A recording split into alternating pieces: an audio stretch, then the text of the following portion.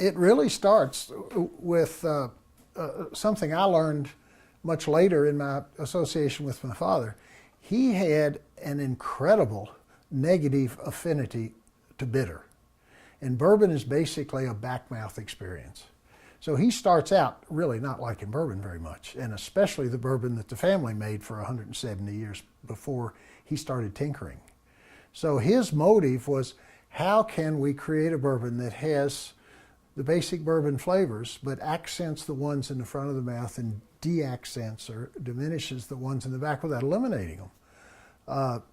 And so that was the first driving force, was an objective, was he wasn't going to waste the rest of his life screwing around with something he didn't like to taste.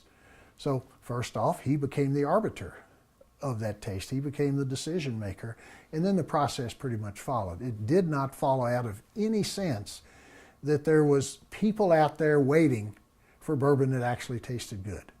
Not that he didn't care, but he didn't know how to get to it, and he was so adamant about satisfying his own taste that it was an internalized thing, much like it is for all craftsmen. And he was definitely a craftsman, and not in a classic sense an entrepreneur.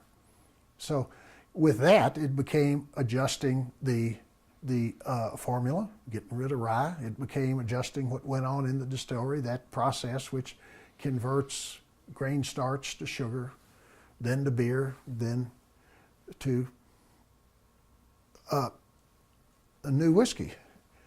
And there was a whole lot of tweaks in there from let's don't cook under pressure, let's don't use stainless steel in the distillery equipment when the alcohol's in vapor form. It's about 100 little things, some change, some reversion to the old ways, all of which focused on that one goal of let's move flavor forward. And then when he got to the barrels, it was about, God, we want less of the tannins and we want more of the caramels and vanillins. And so the barrel was designed accordingly, which caused us to continue to air dry the wood long after that became unfashionable because it was so expensive.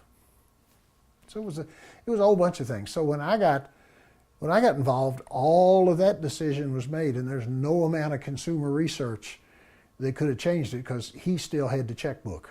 So I went through, okay, I guess I better focus on other stuff and just assume he's right.